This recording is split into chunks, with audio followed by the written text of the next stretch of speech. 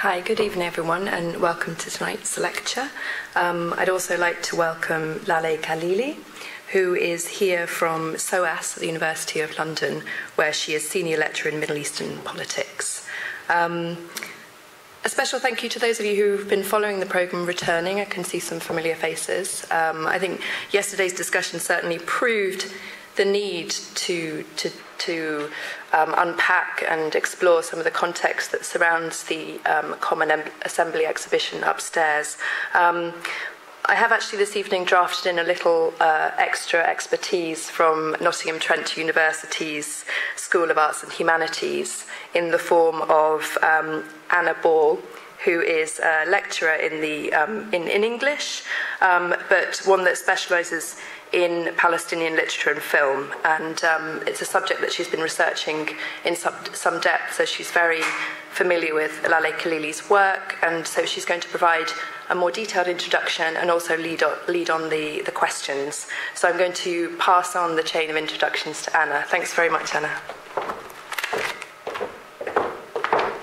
Lovely. Well, thanks very much, Isabel, for inviting me here in order to introduce and to chair questions for Laleh this evening. I'm delighted to be here. Dr. Laleh Khalli is a senior lecturer in Middle Eastern politics in the Department of Politics and International Studies at SOAS, which, as many of you will know, is the School of Oriental and African Studies based in London. She's also a founding member of the Centre for the International Politics of Conflict, Rights and Justice, and she's just told me that she's also a founding member, very excitingly, of the new Centre for Palestine Studies, which has just been founded at SOAS. Before coming to work at SOAS, she completed her PhD at Columbia University. Dr. Khalli's research explores questions of political violence, of nationalism, of war and counterinsurgency, and also of gender in the Middle East, particularly in the contexts of Palestine, of Lebanon, and Iran. And her commentaries on these subjects have featured widely in numerous journals and newspapers. The work which I came to know of and to admire Dr. Khalli's research through, though, is her extraordinary 2007 publication, which is entitled Heroes and Martyrs of Palestine, The Politics of National Commemoration. And in this work, she explores the ways in which the politics of heroism and of martyrdom come to construct Palestinian collective memory, particularly within refugee camps of Palestinians living in Lebanon. And the result of this research, I think, is a work of incredible political nuance and very sophisticated scholarly insight into what are often very reductively represented issues relating to martyrdom and Palestinian nationalism. Her forthcoming publication promises to be similarly groundbreaking. This work is called Time in the Shadows, Confinement in Counterinsurgencies, and it's going to be coming out with Stanford University Press in the autumn. So this evening, Dr. Khalli is going to offer us some further insight into the power politics of the Israeli-Palestinian conflict, which informs the backdrop to the current exhibition, which is on here at Nottingham Contemporary. She's also very kindly agreed to take questions, which I'll be chairing at the end of today's session. I hope that you'll take advantage of that opportunity to ask her some. So it's with very great pleasure that I now welcome Dr. Khalli to deliver her talk for this evening, which is entitled Israel-Palestine, Settler Colonialism, Counterinsurgency and Population Control.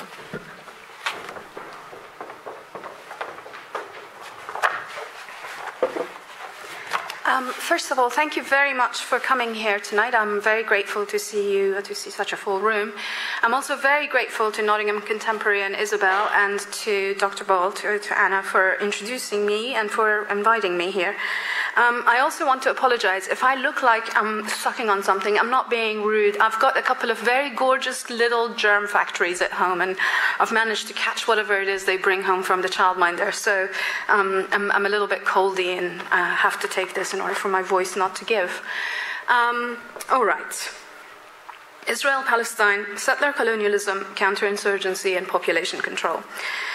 In Sharon and My Mother-in-Law, Suad Amari's bitterly funny diary of the Israeli invasion of Ramallah in 2002, she recounts how, quote-unquote, during curfew days, houses gradually metamorphosed into nothing but kitchens and bedrooms. Excessive eating, screaming at one another, and producing babies were the only three possible activities. No wonder the Israelis are totally obsessed with demographics. There, in those brief sentences, Amory, who's an architect herself, sketches certain defining characteristics of what seems like the most intractable conflict of the 20th and now 21st century, what we've become accustomed to calling Israel/Palestine. Amory touches on the punitive measures perpetually put into place by the Israeli military, on the gradual and inexorable contraction of the space in which Palestinians can live their lives, in this instance to kitchens and bedrooms, on the invasive intimacy of the counterinsurgency, where houses, shops, cities, and civilian lives become the terrain of the struggle, and finally, and bitterest of all, the demographic threat that the very Palestinian existence constitutes for the settler colonial Israeli project. What happened in those few weeks in the West Bank, which Amory sketches in her book in 2002, was a reconfiguration, a reassertion of Israeli military power and control there. The devastation of Ramallah, the wholesale looting of government offices, cultural centers, non-governmental organizations, and private homes happened alongside the bulldozing of a substantial section of the Jenin refugee camp, and of the imprisonment and subsequent administrative detention, or detention without trial, of a demographic tranche of the population Israel considers dangerous, men between the ages of 15 and 60. An eyewitness account from the Jenin camp tells this story. And I quote, "On the fourth day, they managed to enter the camp because their giant tanks could simply run over booby traps, especially since they were very primitive booby traps. Once the army took over our street, they started shooting missiles from the air. On the fifth day, they started shelling homes. A large number of people were killed or wounded. My neighbor's home was blown up by missiles. Close to us was a group of detained men. They were handcuffed, naked, and lying on their stomachs. They would take each one of us and force us onto the ground, stomping on our backs and heads. One soldier would put his machine gun right on your head and the other would tie you up." End quote.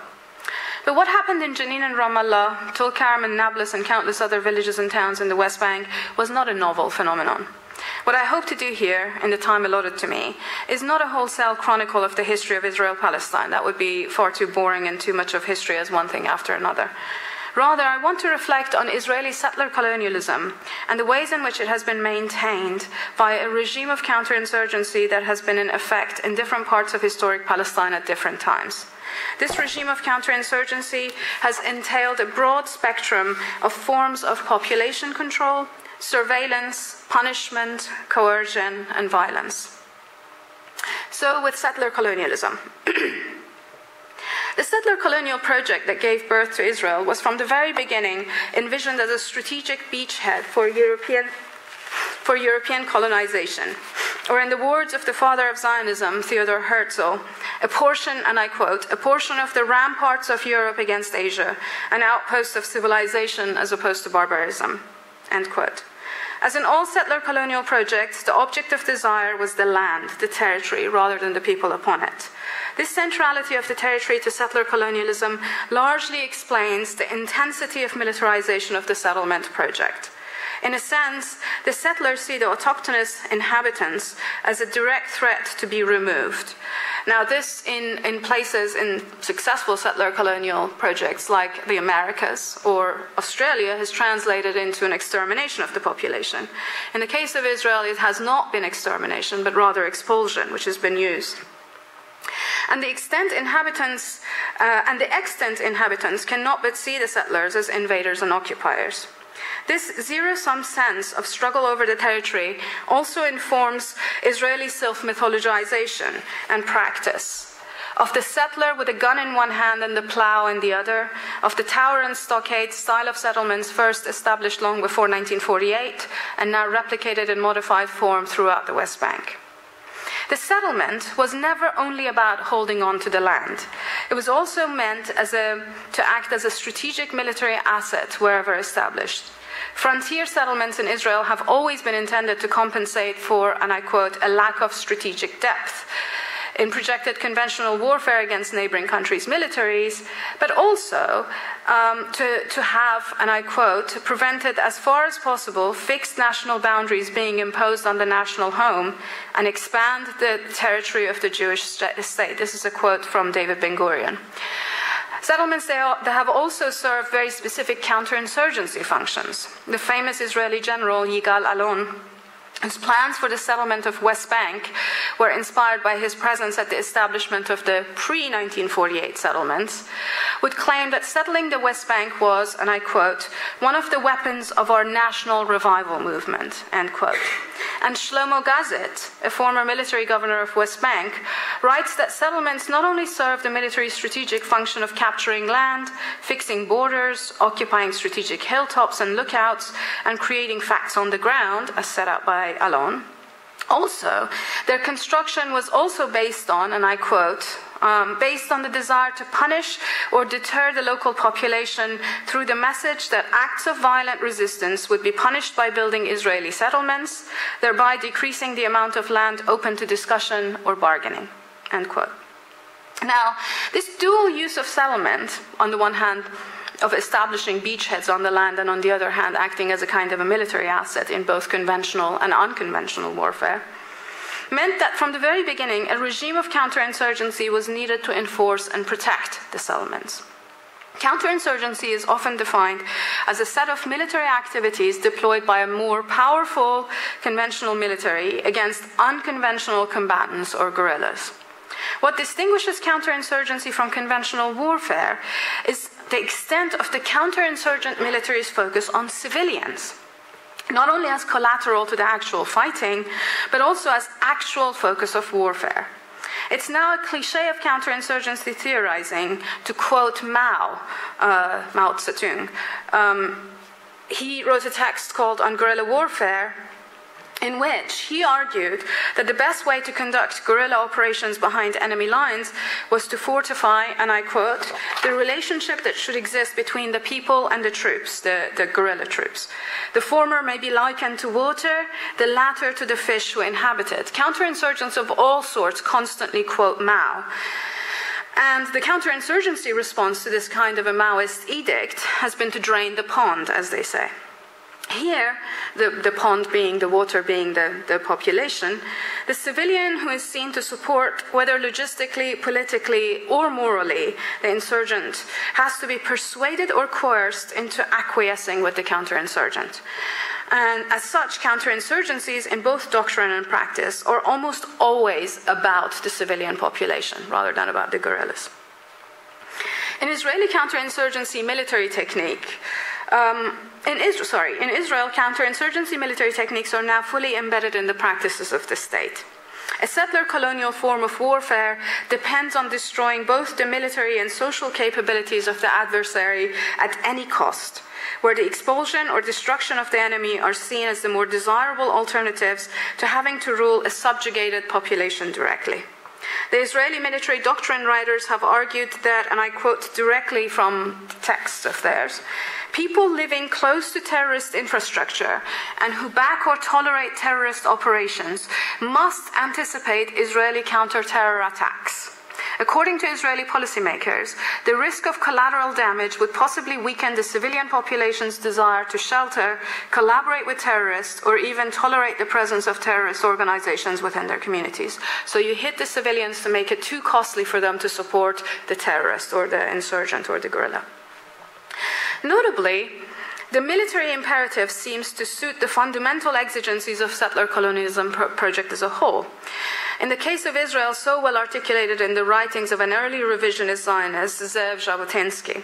Jabotinsky is most famous for his 1923 essay, The Iron Wall, in which he called for, and I quote, an iron wall of bayonets, which would so utterly encircle the Arabs and drive them to abjection that when there is no hope left, again the direct quote, they would be forced to make massive concessions acceding to their own subjugation.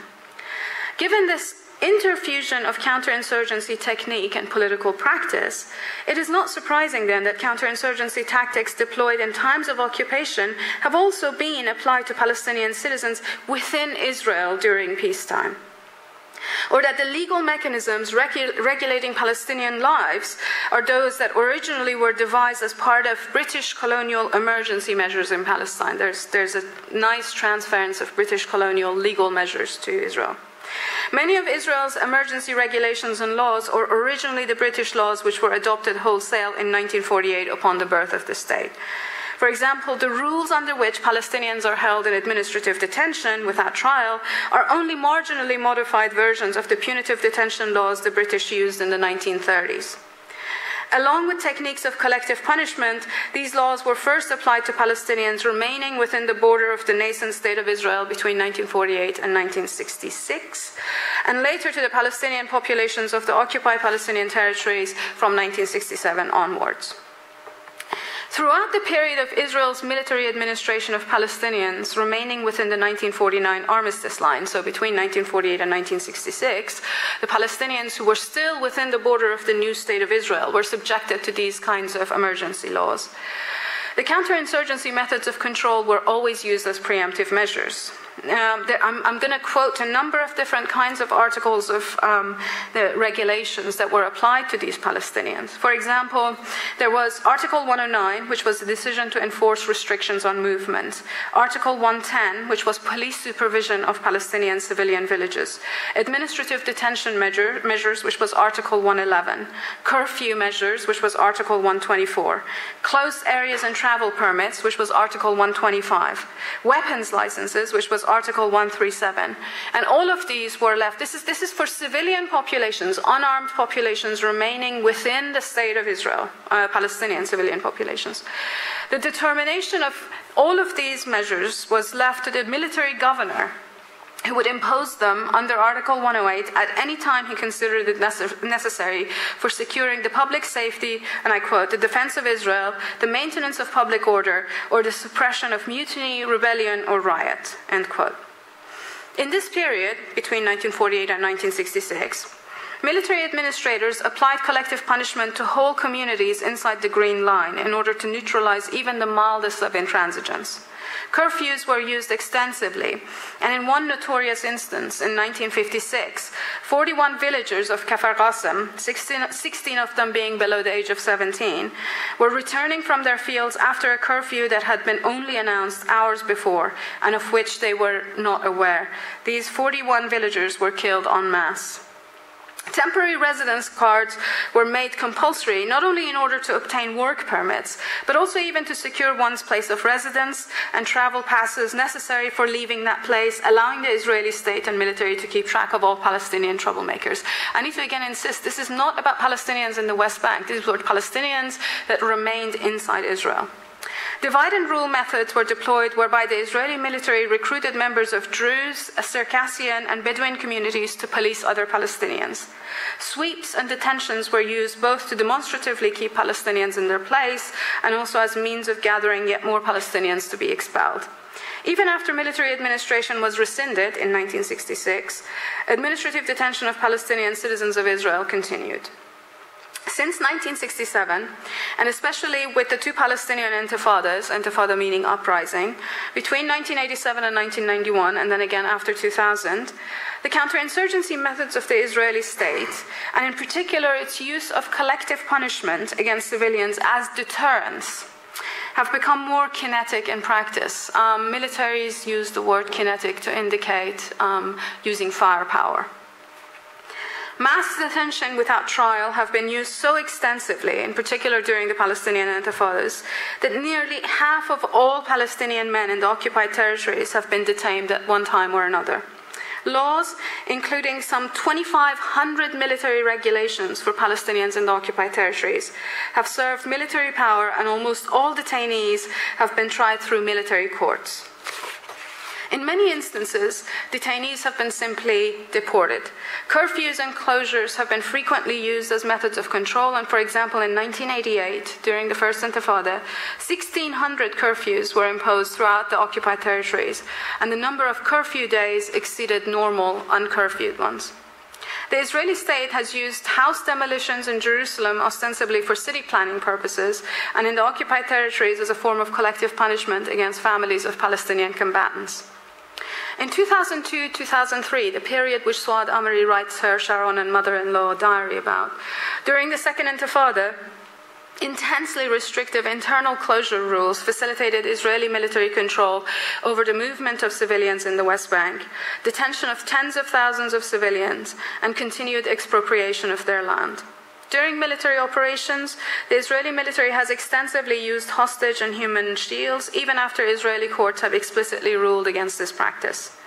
In gathering intelligence, Israel has used both pseudo-gangs, it's a counterinsurgency term, which is Israeli military or intelligence personnel dressed as Arabs, and local collaborators.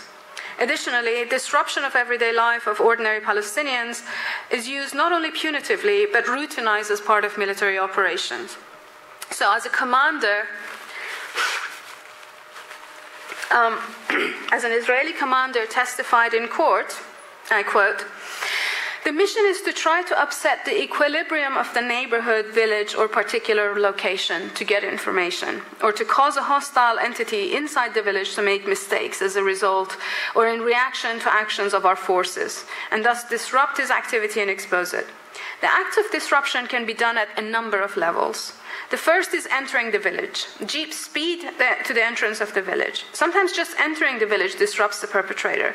The second way is to use pressure, throwing stun grenades, breaking into a number of houses or institutions in the village, arresting residents, seizing areas on rooftops, and the like. We will detain, interrogate, and use suitable pressure on every person to get to the one terrorist. Of all the means of pressure that we use, the vast majority are against persons who are not involved. This is true of checkpoints, of combing whole neighborhoods, and also of questioning passerbys. There's a difference between going to a village when there isn't a threat and you don't suspect anything, and going on a mission given you where aggressiveness towards every one of the residents in the village is common." End quote. Again, remember, this is a court testimony. One of Israel's most significant counterinsurgency techniques has been its population control measures. Now, population control is a term that was actually, I think, invented by the British in Malaya, and it is a term that is intended to indicate control of civilian populations via massive restrictions on movement of civilians, rendering those civilians visible to the state. Population control is the innocuous euphemism for encirclement and incarceration of civilian populations. This method is certainly not new and was used by the British and US military forces against Boer and Filipino civilians at the turn of the 20th century. We also know the method by other names: new villages in Malaya, Gikuyu reservations in Kenya, strategic hamlets in Vietnam, and regroupment centers established by the French in Algeria. In each of these instances, numerous villages were depopulated and people were put into clearly delineated and clearly bound by barbed wire, often new villages, strategic hamlets, whatever. In the US's recent war on terror, the method was used in the city of Fallujah, which was encircled in barbed wire for years after its inhabitants attacked and killed US military contractors. Central to this regime of control in population control are walls and checkpoints, security zones, and ultimately what is euphemistically called resource control or food control. And I'm going to go through each of these now. Walls. Walls have been used both in urban counterinsurgencies and in the countryside, not as defensive measures, keeping out the unwanted, but as offensive measures, incarcerating populations, providing a point of contact to engage guerrillas, and to solidify boundaries that create or consolidate population categories, whether they're ethnicities, communities, or nations. Counterinsurgency walls were used in Aden, Belfast, and Cyprus. The French built the Maurice Line in Algeria along its border with Tunisia, upon whose minefields and barbed wire entanglements many FLN guerrillas were slain. The Moroccan government has recently constructed a 3-meter-high and 2,700-kilometer-long sand berm, essentially a wall, against Polisario in the Sahara. In Israel-Palestine, the wall, which we all now know, has a prehistory. During the Arab Revolt of 1936-1937, the British mandatory powers introduced the use of security walls and watchtowers to arrest the movement of rebels against the landscape. across the landscape. Charles Taggart, previously of Calcutta Police, hired the Histadrat's construction firm, the Yeshuv's labor organization, to erect a security fence with imported wire from Italy, at that time Mussolini's Italy, to erect a security fence with these imported barbed wires and a substantial body of military-trained Jewish guards to ensure the safety of the wall builders. The wall impeded the movement of ordinary civilians and limited Palestinians' access to their own farmlands, but when they came to the ostensible reason for them, which was to forestall rebels, they were actually, as one official complained, it proved useless. The Arabs, meaning the rebels, dragged it apart with camels. After 1967, the use of walls as a sort of method of counterinsurgency continued. Ariel Sharon built walls around Palestinian refugee camps in Gaza in 1970 to isolate these hubs of revolt and resistance. These were later replicated in other refugee camps in the occupied territories, with many having a very limited number of turnstile gates to both control the flow of the population and as a punitive measure. A gate can be closed if the refugees inside the camp were considered to be too restive, or if some unknown person has committed an infraction and intelligence is needed. These early walls created new geographies and provided a means of military control all at the same time. This process of wall building was accelerated on a much vaster canvas as time went on. The first berms, sand berms, around Jerusalem were built in 1990 in order to physically separate it from the West Bank and to consolidate its annexation to Israel. Shortly after the Oslo Accords in 1993, the Rabin government began planning for a wall to separate Gaza from Israel. The eventual 51-kilometer electrified perimeter fence had only a few entry and exit points, most famously the Erez crossing, which became a nightmarish space of transit. Claustrophobic, it was a tunnel, it was an underground tunnel. Claustrophobic, filled with workers in an underground tunnel whose process of passing through the multiple checkpoints and entry and exits could take more than 24 hours. Other checkpoints, like Tufah near Al-Mawasi village in Gaza, could be closed without warning, thus completely cutting off Mawasi residents outside the enclosure enclave. 13 electric turnstiles were constructed in the old city of Hebron in 1998 to protect the most virulent settlers of all, the ones who were invading and taking over Palestinian homes in Hebron's old city. With the start of the Second Intifada in 2000, the government of Israel began a new experiment in encirclement and enclavization. In 2001, the Israeli military dug a deep trench around the whole of the city of Jericho and confirmed, and I quote, that Jericho was chosen as a test case since it is relatively isolated. If you know the map of Palestine, Jericho's way over to the east near the border with Jordan. Jericho was chosen as a test case since it is relatively isolated and surrounded by open territory, which allowed the easy digging of trenches, end quote. In early 2002, the sand berm around Jerusalem was replaced with cement walls and electrified fences. By the end of that year, the plan for the wall was slowly implemented and massive cement barriers started to appear throughout the West Bank. To construct the wall, expropriation orders were issued, orchards and olive trees were uprooted, and homes were razed. The wall complex would eventually consist of a series of electronic sensors, trenches, berms, and barbed wire entanglements, with patrol roads running both alongside it on both sides, with the whole measuring 60 to 100 meters wide in places. The wall zone would also benefit from special or less restrictive rules of engagement being those rules which regulate the opening of fire. And the rules of engagement around the walls were less restrictive, meaning people could open fire more easily. Given that the route of the wall is designed to go deep inside the West Bank, it is intended as another method for territorial expansion, but it also serves very specific counterinsurgency functions. Its operations include a whole series of human and technological elements that monitor the people inside the enclaves, but also allow the occupying military to test its capabilities and weapons, experiment with new technologies, and constantly revise and refresh traditional methods. For example, the electrified and touch-sensitive face around Gaza is monitored both by sensors and by, I quote, Bedouin trackers in the Israeli military who check, and I quote, the sandy shoulders for footprints, signs of digging, or any other suspicious change that could indicate terror activity. But the patrols along the fence, I continue the quote, the patrols along the fence are only one part of the system. Behind the patrol road, sometimes out of sight of the closely guarded border area, spotters from the IDF's intelligence corps keep their eyes glued to the screens monitoring the fence and the area around it 24 hours a day. In a task almost exclusively performed by female soldiers, it is the spotters who are responsible for most of the sightings along the fence, alerting tanks and infantry when they notice suspicious movements in the area. I end quote. The wall and its technology make and reproduce gender and civilizational hierarchies. The women soldiers of the IDF are said to be good at spotting on the monitors, non-combat work suitable to the gentler sex, no doubt. And the IDF's Bedouin soldiers are recast as eternal nomadic trackers with instincts and abilities to read nature that the modern man, read Israeli soldiers, does not have. Now, in addition to the walls, we also have things called seam zones, security zones, and death zones.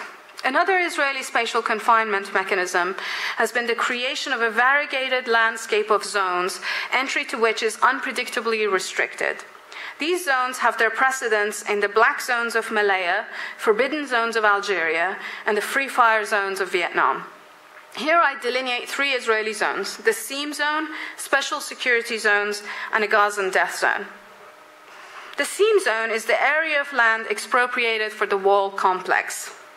The seam zone creeps well inside the West Bank, and in fact several Palestinian villages or their farmland are trapped inside it. So if you imagine the green line, the armistice line, the seam zone expands further in, and there are some villages that are between the sort of where the wall runs and where the border is. So they're trapped inside this liminal space.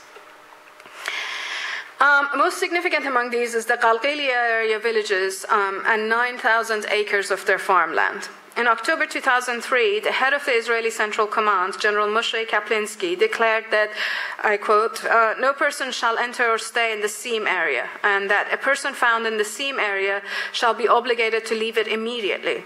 Though these restrictions do not apply to Israeli citizens or the settlers, or I quote, persons entitled to immigrate to Israel pursuant to the law of return, even if they are not Israeli citizens, i.e. Jews from elsewhere in the world, end quote. Palestinians, however, are categorized into 3 clusters. 12 different categories that do receive permits of various sorts, each with its own set of applications and required documentation, and one final category that is denied access. A quarter of all applicants are denied. This is people who actually live in that area and they've had a wall built around them, and so now they have to get a permit to live in the area where they've been living forever. A quarter of all applications are denied, and the appeal process is profoundly complex and differs across different permit regimes. Access is only granted through the sole gate recorded on the permit, and nighttime access requires additional permissions. Permits expire after varying periods. Donkeys, automobiles, and work vehicles may or may not be allowed into the seam zone, depending on the specificities, although this is also arbitrary. Some gates allow entry by villagers for farming their land, while other gates only allow merchandise to pass to and from Israel. Some gates open 2 to 3 times a day, others are closed randomly and without any previous notice. The hours of operation of the gates are erratic. More recently, privatization of some of these crossing points has meant that civilian security guards are now in charge of some crossing points alongside or instead of soldiers or border police. The dizzying complexity and arbitrariness of the measures create disorientation, confusion, and uncertainty, which are all excellent techniques for maintaining control over civilians. The second sets of zones are security zones, which are much more familiar affairs, as wherever the Israeli military goes, security zones follow. Also labeled buffer zones, these are more often than not offensive in nature, granting the Israeli military the ability to train its guns on strategic targets. In the occupied territories, the entirety of the Jordan Valley has been declared a security zone, and Palestinians have been evicted from it or are in the process of being evicted from it. Settler-only roads in the West Bank are also considered to be security zones and are thus forbidden to Palestinians, although only informally, rather than through a military edict.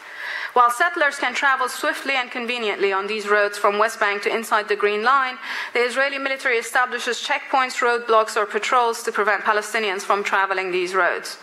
Classified army training zones also cover up to a quarter of all the lands in West Bank and, of course, strictly forbidden to Palestinians. In addition, all of the settlements have 500-meter wide, or 500 meters from the outer wall of the settlement itself, there is a border perimeter of security zones, which often ends up overlapping with Palestinian lands, and those are also considered security zones, so Palestinians are banned from it. Finally, in addition to the formalized regime of spatial variegation, there are the death zones of Gaza. Brigadier Generals Vika Fogel, the former head of Southern Command, explained that after the Second Intifada, the Southern Command unofficially declared certain places death zones in Gaza, where anyone entering could be shot. These were areas bordering Israel itself. And I quote him, "We understood that in order to reduce the margin of error, we had to create areas in which anyone who entered was considered a terrorist." End quote. The final mode of control is food control, which is one of the most effective disciplinary measures in counterinsurgency, which is also euphemistically called resource control. Over time, withholding food as punishment has had to be veiled for it to be considered acceptable. In Boer War concentration camps, the use of food as prize or punishment was explicit. Women and children whose male relatives were still fighting the British were denied meat, fruit, vegetable, or fresh milk in their rations. This was actually in the regulations. Starvation had been the primary cause of death of the reconcentrados of Cuba and the Philippines. In Israel's case, such food control occurs more subtly. The complete closure of Gaza, with its accompanying refusal of food and medicine, is intended to compel the civilian population of Gaza to topple Hamas. Food denial is carefully calculated through both bureaucratic measures and reliance on international organizations. The bureaucratic mechanism for calibrating food denial is, and I quote, "a list of critical humanitarian goods for the population." End quote. It's the name of an actual list, supplemented with another list which is titled Foodstuff Consumption in Gaza, Red Lines, which systematically calculates the minimum caloric intake needed by Gazans, statistically grouped by gender and age, to stay alive. Such luxuries as coriander, ham, chocolate, or dried fruit have at various times been blacklisted. Now, why you would deny ham to Muslims is another question. The complete closure of Gaza would probably result in mass starvation were it not for the handouts from the UN, and even more so from the ingenious smuggling of food and medicine through transborder tunnels. And now that the uprisings have happened and some of the border crossings with Egypt are open a little bit more often than they used to be, also through those border crossings. The tunnels, however, create a black market in food, denying all but the most affluent access to the broad range of goods smuggled from Egypt.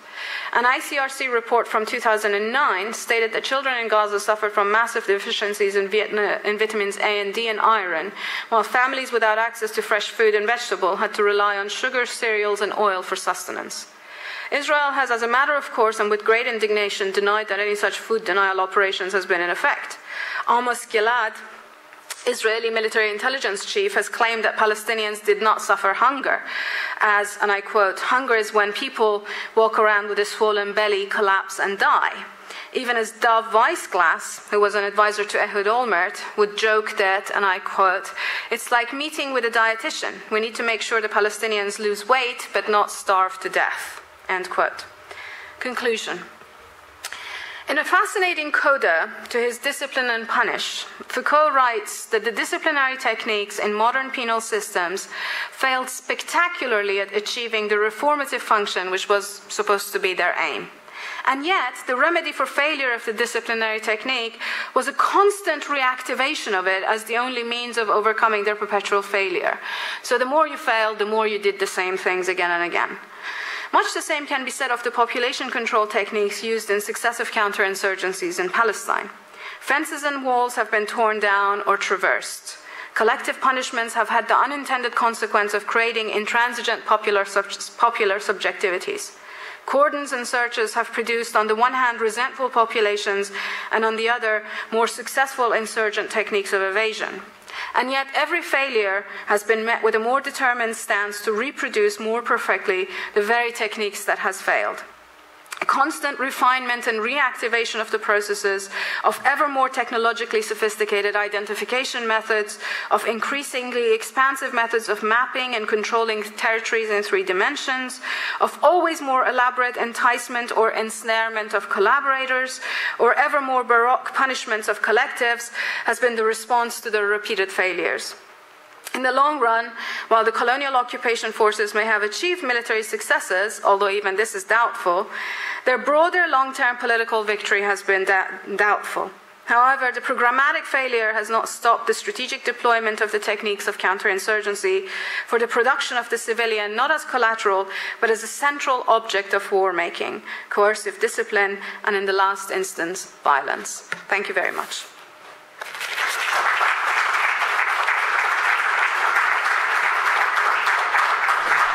Laleh, thank you for that extraordinarily rich and thought-provoking discussion there. I just want to briefly abuse my position as chair here by kicking off with a couple of questions. Please.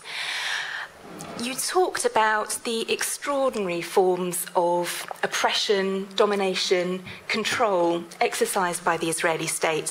But of course, one of the things for which Palestinians are also renowned is the quality of sumud, of steadfastness, of resistance, of endurance. And you pointed at the end there to the ways in which this was possibly a kind of self-perpetuating cycle of defeat. But are there also ways in which you think people have started to formulate strategies of resistance to these forms of oppression? How are things like, for example, community, nation, kinship kept alive in these kinds of conditions? It's quite an interesting question, because the cycle of failures that I'm talking about are the failures of the counterinsurgency rather than of nationalist movement. However, that said, I think there's a sense in which, not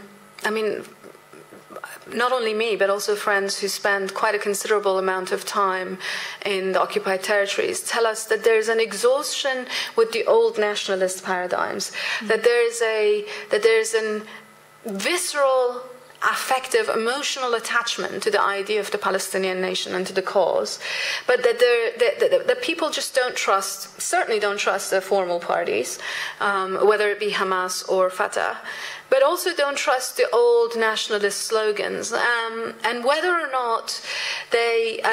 one of the interesting things about this has been, for example, to see the Arab uprisings that are going on throughout Egypt, Syria, Tunisia, Bahrain, elsewhere, Yemen, and see that there has not been anything like that mobilization. I think there's a period of pause and reformulation going on, and there are senses in which youth, younger generation, are thinking through what might allow them to resist without falling back on the old nationalist methods, which many of them consider not having served them, or having served them for a period and no longer serving them. And so you get, for example, the youth of Gaza, who sent out a famous letter some time ago, which began by "fuck everybody," and they said, they used those terms. So excuse the rude language, but they said, fuck the U.S., fuck Israel, fuck Hamas, fuck Fatah, fuck everybody. And what they wanted was a new way of actually looking at politics, which didn't include the old certitudes, the old institutions, the old organizations. That reformulation has not yet happened, and I think, of course, the pressure of occupation, the constant threat, is to some extent forestalls the possibility. You often need some space in order to be able to think through what sort of strategies you're going to choose. But I think it'll emerge in a generation, perhaps. This is very interesting. So you picked up a little bit there on the ways in which there might be some lessons to be learned from the Arab Spring. The other political context that I felt there may be lessons to be learned from is, of course, the history of colonialism and the shift towards post-colonialism. Yeah.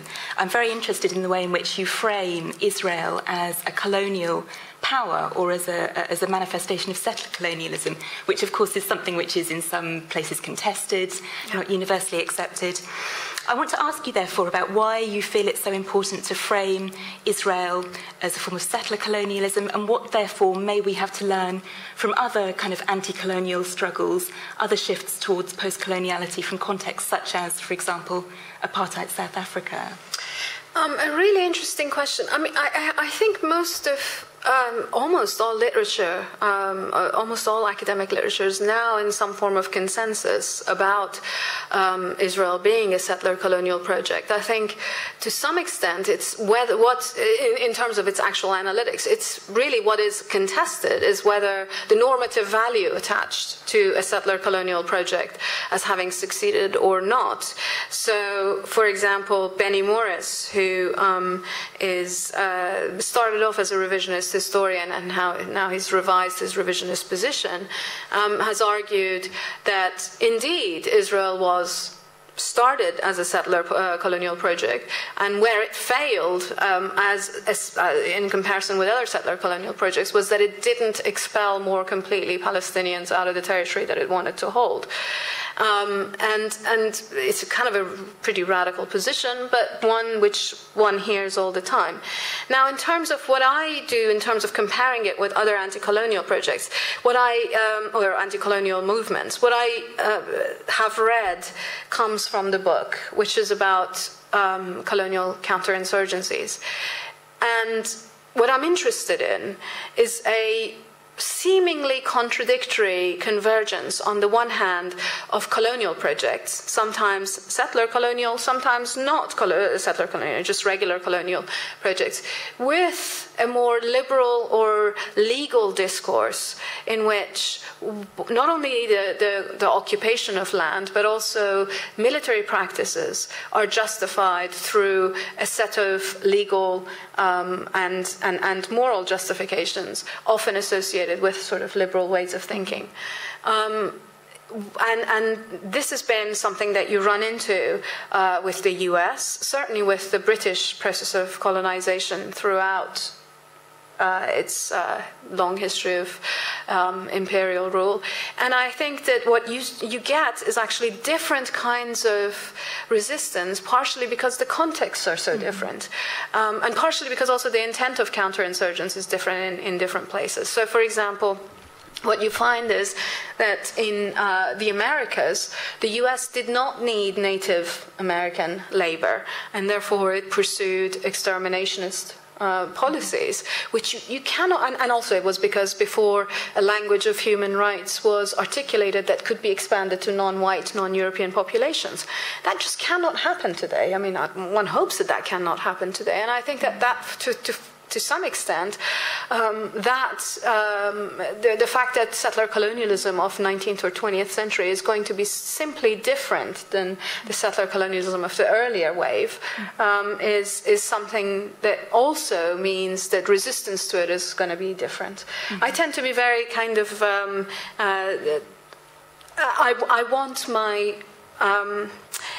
processes to be historically situated, and so I do look at very specific historical situations, and the similarities and the differences are often dictated by different kinds of historical emergences, by different kinds of moments in time, by different kinds of constellations of the government and the people and the indigenous people and the colonials all living in different ways, different configurations of power, which results in different kinds of violence, mobilization, etc., etc. Absolutely. This is something which has been very important to post-colonialists, this recognition of colonialism as something fluid, something contextually manifested. Okay, I'd like to open up the floor to questions now. Who has a question that they'd like to ask Laleh?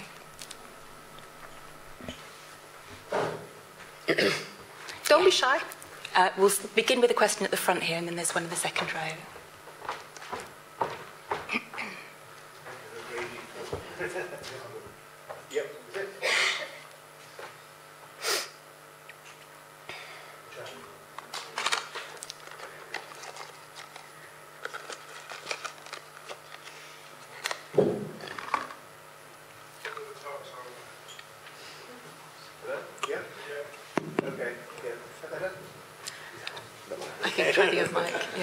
Is that better? Oh, yes. Oh, yes. Yeah, thanks very much for that very detailed outline of what was going on, what is still going on. In terms of resistance, to what extent are Israeli peace movements aligned with the struggle?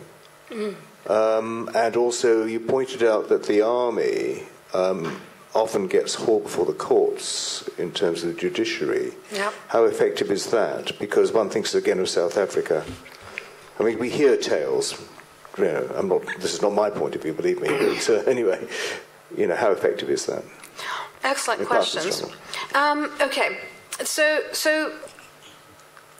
there has since the 1960s, actually much longer than that, since the beginning of the Zionist project, there have always been strands of first Zionists or Yishuv, the dwellers, and later of Israelis who challenged and questioned whether Zionist or Israeli modes of domination to varying degrees. They were always, at least until 1993, a very small minority, and one which tended to be associated with the left, far left, usually, ideologies. 1993 and the Oslo Accords saw a kind of emergence of a peace movement. Actually, that peace movement probably had its roots in the 1982 demonstrations against the massacres in Sabra and Shatila refugee camps in Lebanon, and then, of course, the emergence of a refusnik movement, which got bigger and bigger. And probably their glory days were really the few years after the Oslo Accords, and I think that peace movement has contracted very substantially. That said, there are a number of really interesting, I wouldn't call them peace activists, because many of them would consider the word peace kind of devalued and having lost its meaning. They're justice activists, if one would want to say. And they're very interesting. They do really interesting things. So, for example, there is a group called Combatants for Peace, although they use the word peace in there, who actually bring together militants on the Palestinian side and former soldiers together. There are also families of people who've been killed on both sides, so families of Israeli civilians who were killed and families of Palestinians who were killed who come together. Again, these movements are very, very slow, and when things get pretty intense, there's often Palestinian apprehension about interaction with these groups, because in some ways it feels like a betrayal. In my opinion, one of the most interesting groups that are emerging in that kind of activism are the anarchists against the wall, who go to these demonstrations that happen in certain cities with local villagers of that area. This is also a new form of resistance that doesn't fit neatly the old nationalist kinds of struggles. And what is really interesting about these anarchists and these anarchist movements is the fact that, unlike many of the other former forms of Israeli activism, the Israeli military actually does target these Israeli Jewish activists who are anarchists. And this, to me, is a very new and interesting phenomenon, because usually if you were an Israeli Jew and you went off to a demonstration, you could very safely be the kind of a human shield for the Palestinians, because nobody would touch you. But that is changing with the anarchists, and I find that to be something very new and something to follow, because it shows a kind of a fissure inside Israel itself that is, although, as I said, the anarchists are tiny. They can probably be counted in hundreds rather than thousands. Nevertheless, they are destabilizing certain received truths, and I think that that's something to be followed. It's very interesting. They're very well respected, these anarchists, among Palestinians, so precisely because they put themselves on the line, literally. As for the courts, as I mentioned, part of my larger project is to talk about the ways in which counterinsurgency projects in liberal regimes are dressed in the cloak of legality, and the court serving more than anything else as a sort of a post hoc justification for something that has happened. The courts certainly serve that function in Israel, and more often than not, they just simply put a rubber stamp on whatever it is that the IDF or the state have done. In the very few instances where they have not done so, where they've ruled, for example, against the use of hostages and human shields, the military is fairly, with complete impunity, has ignored the ruling. So, yeah. Okay, thank you. Another question. Third row back. Gentleman here, please.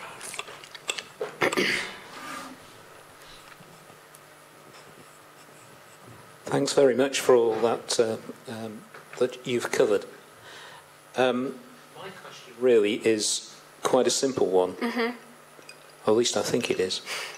No simple questions in Israel-Palestine.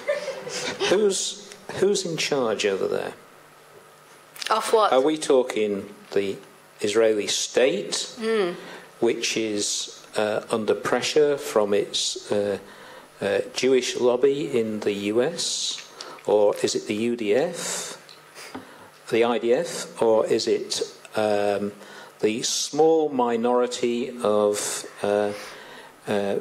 Jewish votes in the Knesset which ensure that any legislation that is passed which they don't agree with brings down the government of the day? Exactly, in your opinion, who is in charge? I think there are two different. The answer to that is that there's two kinds of different centers of power that I would see. To me, the state and the military are completely and totally inseparable. Partially because, to some extent, in order for you to have some legitimacy to serve in the body of the state, you better have served in some military form. I mean, part of the reason that Shimon Peres, for example, does not garner the same kind of respect as some of the others like Rabin or Sharon have done is because he's never been a general like they have. There's also a kind of a received wisdom that the only people who would be able to make peace are the ones who have been able to fight the wars. And so people often point to Rabin, who was in charge of putting down the first Intifada, for example, as having the kind of cachet, or that Sharon would be the only person who'd be able to pull out the settlers out of Gaza. So there's a certain kind of prestige that comes with serving in the military, but also this kind of a revolving door between the military and the body of the state. So there's one center of power there. But there's a second center of power, and that is one that I would consider the social, the more broadly political, which is not in the body of the state.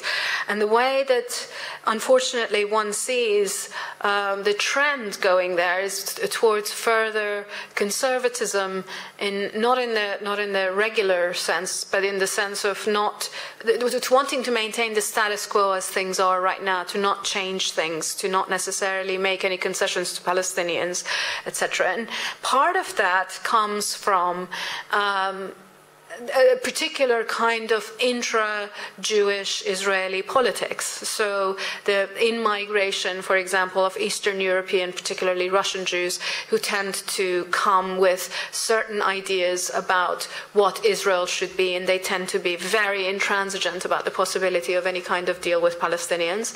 Part of it comes from a rise in religiosity, but not in the old-school religiosity that didn't want anything to have with the state, but rather a kind of new religious nationalism, which manifests itself in, for example, the hilltop youth, who see who are a particularly extremist group of settlers, young guys, who go off to the West Bank, take over hilltops, and who see their job there as a kind of a God-given, divine sort of mandate, but also who are increasingly appearing in some of the more elite brigades of IDF, including the Golani Brigade. I was recently reading something that was saying that before, when Hebron is a tinderbox, as most people who know Israel-Palestine know, because the settlers who are in Hebron are particularly virulent and particularly awful. And in the contention between the settlers and Palestinians, it used to be that the IDF would at least act as a somewhat of a buffer, although how much of that they would never hurt, they would never touch a settler in any way. what is interesting is that there was a news item yesterday or the day before that was saying that now apparently the Golani Brigade has been assigned to Hebron, and what Palestinians are actually reporting is a huge increase in harassment by both the settlers and by soldiers, which is not something that had happened before in this instance. And so I think, and that's probably got something to do with the rise in the number of religio-nationalist guys in some of these particular brigades of the military. This conservatization, this kind of a radicalization, if you will, right radicalization of Israeli society certainly is something to also watch out for, because obviously not everything happens at the level of the government or the military. But of course you're talking here really about Jerusalem and surrounding areas of Jerusalem where the main settlements are. But, you know, what about Tel Aviv and vast areas of the country where you have non-religious Jews who really don't understand what on earth is going on in the Jerusalem area, and many who do are emigrating because they simply can't stand it anymore? It's quite interesting because a lot of the peace movements that the gentleman up front had asked about used to come out of places like Tel Aviv, etc. But I've actually got a PhD student, a wonderful, brilliant Israeli PhD student who's doing research on about the creation of apathy in places which are more secular. And there's a sense in which there's, on the one hand, yes, you do have the sort of the radical religious nationalism of places like Safad, Jerusalem, settlements, Hebron, etc. But also what you're getting increasingly is a kind of a disconnection from the politics of Israel in a way that the people who would have been peace activists, the young guys who would have been peace activists, are stepping back. So, for example, even the big demonstrations last summer, which had to do with questions of housing, etc. Any time that the word Palestine was brought in, the activists there, who were very sincere in their activism, would completely step back from the issue and didn't want to have anything to do with it. So there's a production of apathy going on, which, as you say, people are emigrating. It's the country is divided internally in a huge way, and I think that that's also something to watch out for.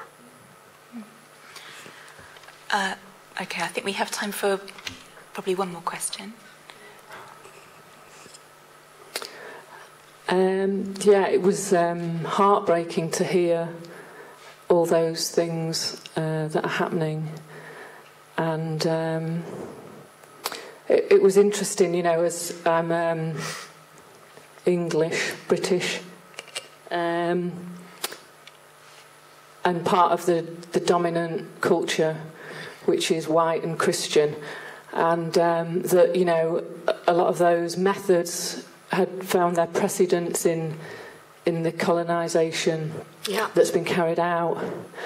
I started thinking about colonialism now, and I wondered what you thought about the fact that the present colonialism that's happening globally is the colonialism that happens by global capitalism, that, you know, companies can go anywhere in the world and undermine everything and that kind of thing, and that oh God, I've forgotten what I was going to say now. Yeah, and that, yes, and that you know, the dominance in the world is through the kind of Western capitalist economies, and looking at what there's been done going into Afghanistan, going into Iraq, and the US have been talking about Iran the same way they talked about Iraq, using nuclear as an excuse, and that makes me think about what role does that conflict play in that kind of global colonialism, and how it serves, you know, how it benefits Western capitalism by acting as a distraction when there's a sign that peace is going to happen, or that you know, there's going to be revolutions that are going to get rid of the you know, like the dictators and so on. Yeah, I I think okay. So there are two bits of answer that I would give to that question. Certainly, in the 1960s, a lot of the anti-colonial people who were involved in the process of struggle against the old school colonialism predicted the emergence of something they called neocolonialism, in which it wasn't old colonial control via control of territory or establishment of client regimes, but rather one that was about the control of the economies. Nkrumah wrote about this, well, I don't know, 50 years ago, not 60 years ago now today. But certainly a lot of the people who are also writing about neoliberalism are pointing to the same thing, that that it's too costly to actually hold territory overseas. You don't need to send your military overseas. What you do is you establish a kind of regime of control via economic institutions and via all sorts of things like foreign direct investment, etc., which makes it a very easy form of control. You don't even have to go that far. I mean, the manner in which Greece is being, for example, disciplined at the moment, and completely all democratic modes of control over their own economy is being removed in order for them to become, I don't know, some well-functioning neoliberal fantasy, is completely indicative of this new form of rule. Now, of course, what you find is that there are moments in which this economic form of control, this kind of hegemonic form of control, completely and totally breaks down. That's when you need to send your military over. And that's what we've had in Afghanistan and what we've had in Iraq. So those are, I think, I completely agree that there's a new form of neocolonialism or imperialism or whatnot that has to do with the empire of capital rather than with old school military forms of occupation. What function does Israel serve? Now, well, that's quite interesting, because I, until very recently, used to think that Israel was a kind of a bulwark of the kind of stability that the US likes to think is useful for it in order to be able to get the necessary strategic control over the Middle East. And of course, petroleum, which is, 12% of the world trade, is petroleum. Our entire economies run on it, etc., etc. Until I read an absolutely brilliant book, which I highly recommend. It's by a guy called Tim Mitchell, and the book is called Carbon Democracy, in which he actually argues that it's not stability that is a social good, but rather instability, and that there is a particular way in which a constant state of crisis allows for several things. First of all, it allows for the sale of military equipment and armament. Secondly, it allows for the excuse of there being a need for US bases in and around the Middle East, but also elsewhere. Because if you're fighting instability, then you have an excuse to have a base of however many. And third, that kind of instability ends up becoming a spur to the oil markets, actually. It allows for the kind of fluctuations that often benefit oil producers, which still, even now, more often than not, are not the countries of the Middle East, but rather companies located in the global north. And he does, and his story is not a story of old school conspiracies around oil. It's a very clearly defined set of economic procedures and practices which does generate this instability. I think Israel does serve that function. But also Israel has served another historic function, and that is that in the 1960s and 70s, where the US and old imperial powers of the world were really threatened by the rise in nationalism and third worldism, Israel could be depended on to be a solid gendarme in the area, as was the government of Iran, as was the Shah of Iran before the revolution. You need these gendarmes if you're not going to have direct colonialism. And Israel served as a very good and solid and loyal gendarme to the US, and so there is really no reason for the US to want it to be anything but. Okay, Isabel, do we have time for one more question? Okay, gentleman right in the middle, 5 rows back here. My question is, as a Palestinian, do you think it would be feasible for Mahmoud Abbas one day to come and dissolve the Palestinian Authority and hand the keys to Israel, say you are occupying power and you deal with it? Because now the Palestinian Authority giving Israel... It's just a client. It's just a client of Israel. Yeah, I mean, they're paying for education, health, and Israel not respecting the Palestinian Authority. Yeah. I think now the day will have to come when they have to handle the job back to Israel. Yarit. Sorry? I wish, Yarid. No, but it's not going to happen. Why would Mahmoud Abbas do that? I mean, he benefits from it. He's sitting there as a kind of a subcontractor of Israeli security services out in Ramallah. There's no reason for him to do it. He and his cronies have benefited from the regime of control, both directly in terms of power and indirectly in terms of the kinds of contracts, etc. they get financially, just pure corruption. And, you know, and they certainly know that they don't have any other legitimacy. They're being propped up by this entire sort of Israeli, US, whatever, aid kind of configuration. So no, he won't. I wish he would, but no, he wouldn't. He won't. He just won't. Okay, on that rather sober note, I think we're going to draw to a close this evening. But I should just say thank you to all of you for coming along this evening, to Nottingham Contemporary for holding events like this on this kind of topic, which is so incredibly important, I think. But most of all, thank you very much indeed to Dr. Laleh Khalli for that fascinating and incredibly important.